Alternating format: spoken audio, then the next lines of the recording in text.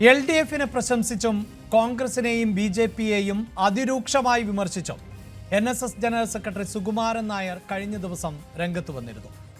അയ്യപ്പ സംഗമത്തിൽ നിന്ന് UDF വിട്ടുനിന്നതിൽ അതൃപ്തി പരസ്യമാക്കിയ സുകുമാരൻ നായർ ഹിന്ദു വോട്ടുകൾ കോൺഗ്രസ് ആഗ്രഹിക്കുന്നില്ല എന്നും തുറന്നടിച്ചു. സുപ്രീം കോടതി വിധി എതിരായിരുന്നിട്ടും LDF സർക്കാർ സ്ത്രീ പ്രവേശനം നടപ്പിലാക്കാതെ പാരമ്പര്യങ്ങൾ അതേപടി നിലനിർത്തിയെന്ന വാക്കുകൾ സർക്കാരിനോടുള്ള വിയോജിപ്പുകൾ മാറി എന്നതിൻ്റെ സൂചന തന്നെയാണ്.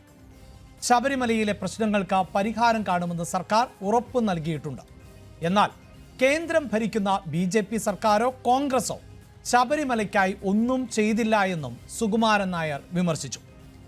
NSS നിലപാട് തദ്ദേശ നിയമസഭാ തെരഞ്ഞെടുപ്പുകളിൽ LDF-ന് ഗുണം ചെയ്യുമെന്നാണ് SNDP യോഗം ജനറൽ സെക്രട്ടറി വെള്ളാപ്പള്ളി നടേശൻ പറയുന്നത്.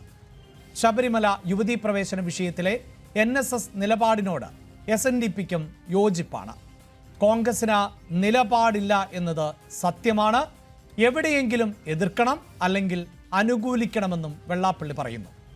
തെരഞ്ഞെടുപ്പ് അടുക്കുമ്പോൾ മത സാമുദായിക സംഘടനകൾ ഇടതിന് ഒപ്പമാണ്.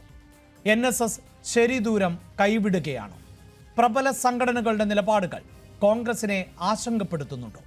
ഹൈന്ദവ സംഘടനകൾ CPIM-നെ പിന്തുണച്ചാൽ പ്രതീക്ഷിക്കുന്ന നേട്ടം BJP-ക്ക് നഷ്ടമാകും.